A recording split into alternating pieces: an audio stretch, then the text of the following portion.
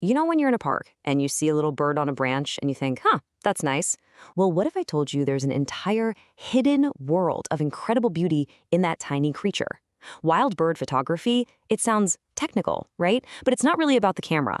It's about a key that unlocks a stunning world that's all around us every single day. So let's figure out how you can start seeing it too. Seriously, just think about it for a second. We walk past these animals all the time. We might see a little flash of color zip by or hear a quick chirp. But what are we really missing out on? What incredible details are playing out just beyond what our eyes can normally see? And this says it all, doesn't it? On the left, that's what we see. A small, distant shape, kind of blurry. But on the right, with a telephoto lens, that same bird becomes this breathtaking portrait. All of a sudden, you can see the unbelievable pattern on every single feather, the light catching in its eye.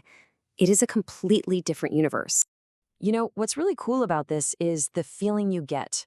A big lens doesn't just zoom in, it kind of closes an emotional gap. You can watch a bird just being itself, totally natural, without scaring it away. You get to be this quiet guest in their world, and that creates this really special, almost personal connection. So, this is the first and I think the most magical part of this whole journey. That lens, it's your passport, your ticket into this hidden world. I mean, even a super common bird like a sparrow, one you've seen a million times, suddenly transforms into this work of art, showing off details you never ever knew were there. Okay, so you're probably thinking, how do I even start? Let's talk about the gear. I know it can seem super intimidating, but picking your first lens is actually way more straightforward than you'd think. We're just going to break down the basics so you can find the perfect starting point.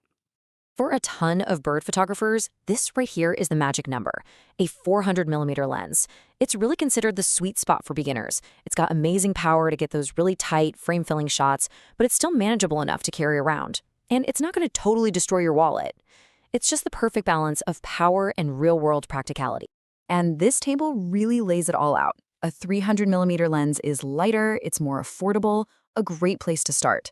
That 400mm, like we said, hits that sweet spot. But once you jump up to 600mm and beyond, yeah, you're getting some serious extreme magnification, but you're also dealing with a lot more weight and a much higher price tag. So the key is to figure out what works for your budget and, how much weight you actually want to carry around all day. And hey, here's a fantastic pro tip if you want to get in the game without spending a fortune. The used market, it's amazing. It is full of high-quality lenses. Starting with a used one lets you play around, figure out what you like, and really find what works for you before you commit to buying something brand new. All right, so you've got your lens. Now you're about to meet the single biggest challenge in telephoto photography: camera shake. But don't you worry, this is an enemy you can absolutely conquer with just a few simple tricks. So here's why it happens. Think about your lens like it's a long pointer. If you just barely wiggle your hand, the very tip of that pointer is going to move a whole lot, right? It's the same idea here.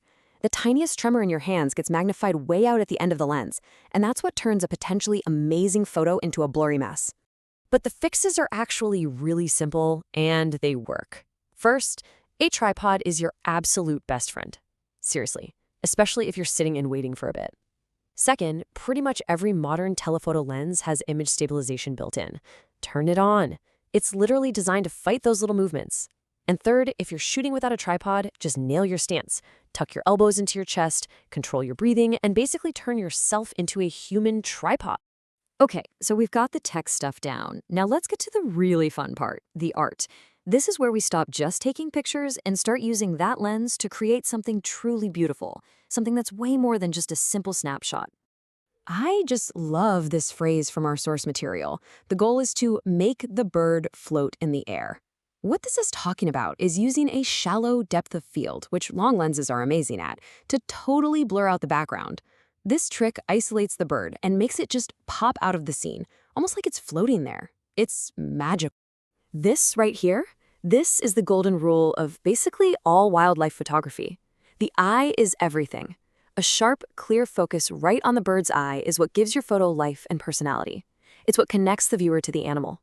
If the eye is sharp, the photo works. It's the single most important place to focus. Light makes or breaks a photo. Sure, you can shoot in the middle of the day, but the real magic, That happens during the golden hour. We're talking about that first hour after sunrise and the last hour before sunset. The light is soft, it's warm, it comes in at an angle, and it makes feathers just glow. Birds are always on the move. And to capture those incredible dynamic moments, a takeoff, a landing, a midair snatch, you've got to freeze the action. You do this by using your camera's burst mode, where it takes a bunch of pictures really fast, and by having a lens with quick autofocus that can track all that movement. That's how you nail that perfect split-second shot. All right, let's get to our final section. And honestly, this might be the most important one. We've talked about the gear, we've talked about the techniques, but none of that matters without the right approach, the right mindset. This is all about the ethics, the heart of being a wildlife photographer. This is the big one. It's absolutely non-negotiable. We are visitors in their world. The health and safety of the bird always, always, always comes first. No picture, I don't care how amazing it is ever worth stressing out an animal or messing with its natural behavior. Ever. So what does that actually look like when you're out there? It means keeping your distance. It means being quiet, being patient. It means learning a little about the birds so you know when they might be feeling stressed.